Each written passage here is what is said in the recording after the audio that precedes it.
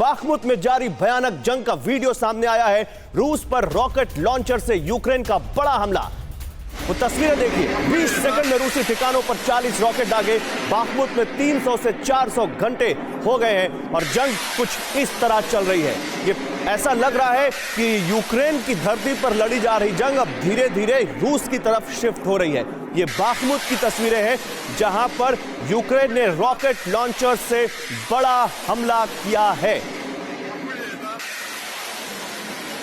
एक और बड़ी खबर आपको दिखाते हैं, बाखमुत से जुड़ी हुई ही है। बाखमुत में जंग के बीच इवैक्यूएशन खतरनाक हो गया है। लोगों को वहां से निकालना बहुत खतरनाक हो गया है। बाखमुत में चल रही जंग के दौरान लाइव रेस्क्यू दिखा रहे हैं हम आपको। लगातार धमाकों के बीच लोगों को बचाने की कोशिशें जारी हैं।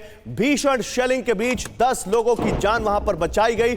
बाखमुत में हर तरफ तबाही का मंजर। ये तस्वीरें आपको याद होगा जब ये वॉर शुरू हुई थी तो उसके 2-2.5 महीने के बाद यूक्रेन के कई शहरों से आ रही थी। बिजनेस लोन के लिए बैंक गए तो बिजनेस प्लान दिखाइए करके पूछते हैं।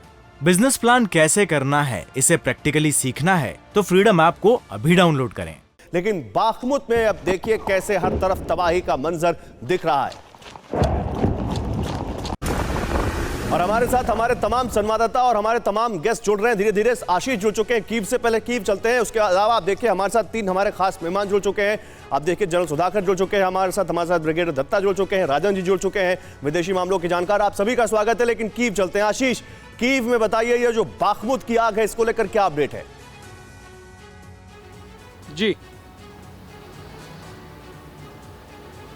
देखिए, बाखमुत और साथ ही 2-4 इलाके हैं, डोनेट्स्क के इलाके हैं और खेरसोन के कुछ इलाके, और इन 3-4 जगहों पर बहुत ज़्यादा बैटल इंटेंसिफाइड हो रही है। वो इसलिए क्योंकि यूक्रेनी सेना रशियन सेना को जो उन्होंने स्ट्रॉन्ग डिफेंस बना लिया है पिछले 9 महीनों में, उसके बाद वो पीछे ढकेलने की कोशिश कर रहे हैं। लेकिन इतना आसान है नहीं और इसीलिए ये बैटल टैक्टिकल लेवल पर, ग्राउंड लेवल पर बहुत छोटे स्पेसिफिक एरियाज़ में कुछ गांव, कुछ टाउन को लेकर इंटेंसिफाइड दिखाई दे रही है। बाखमुत का इंपॉर्टेंस ये भी है कि डोनेट्स्क का मुहाना है, वो अगर बाखमुत पे अगर आपने कब्जा कर लिया तो डोनेट्स्क के बाकी इलाकों में जाना आपके लिए आसान हो जाएगा और इसीलिए बाखमुत को लेकर दोनों तरफ से बहुत ज़्यादा कोशिश की जा रही है। लेकिन बाय एंड लार्ज अगर आप देखें तो यूक्रेनी सेना लड़ रही है अच्छे से, लेकिन जीत जाएंगे और चारों के चारों पॉलिटिकल रेफरेंडम वाले एरियाज़ वो वापस ले लेंगे, चाहे वो LPR हो, DPR हो या फिर ज़ेपोरिजिया, खेरसोन।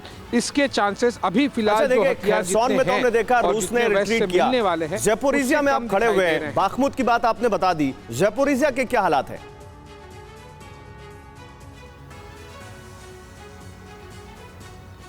ज़ेपोरिजिया के देखिए एक बड़े एरिया को कॉर्डन ऑफ कर लिया गया है क्योंकि यहाँ पर जटिल समस्या इस तरह से है कि एक तो पहला न्यूक्लियर पावर प्लांट है, दूसरा वहाँ पर वर्कर्स यूक्रेन के हैं लेकिन कंट्रोल में वो रशियन है। एक और बात आप ध्यान दीजिए कि ज़ेपोरिजिया हो या फिर खेरसोन, अगर किसी स्पेसिफिक एरिया से, किसी स्पेसिफिक टैक्टिकल लोकेशन से रिट्रीट हुआ है, इसका ये मतलब नहीं है कि पूरा का पूरा प्रोविंस खाली कर दिया गया है रशिया द्वारा। अगर खेरसोन में उन्होंने निप्रो नदी के एक तरफ गए तो इसका यह मतलब नहीं है कि खेरसोन में उनका प्रेजेंस नहीं है। अगर ज़ेपोरिजिया में न्यूक्लियर पावर प्लांट में उनका कब्जा है और एक इलाके पर कब्जा है, लेकिन दूसरे एरिया में यूक्रेन का भी कब्जा है। ज़ेपोरिजिया के अंदर की मैं बात कर रहा हूँ, खेरसोन के अंदर की बात कर रहा हूँ। तो अगर किसी स्पेसिफिक लोकेशन से, किसी एक 2-4 गांव से, नदी के इस तरफ उस तरफ, या जो डिफेंसिव फोर्सेस बनाए गए हैं वहां से रिट्रीट करने का बिल्कुल भी ये मतलब नहीं निकाला जाना चाहिए। ये बड़ा आपने क्लियर किया यहाँ पर कि खेरसोन पे पूरी तरह से ना रूस का कब्जा है ना यूक्रेन का कब्जा है। पार्ट्स में दोनों एक जगह बैठे हुए। सेम स्थिति ज़ेपोरिजिया में है। बाखमुत में कोशिश हो रही है डोनेट्स्क के अंदर घुसने की यूक्रेन की तरफ से। मैं आता हूँ आपके पास। बिजनेस लोन के लिए बैंक गए तो बिजनेस प्लान दिखाइए करके पूछते हैं। बिजनेस प्लान कैसे करना है, इसे प्रैक्टिकली सीखना है तो फ्रीडम ऐप को अभी डाउनलोड करें।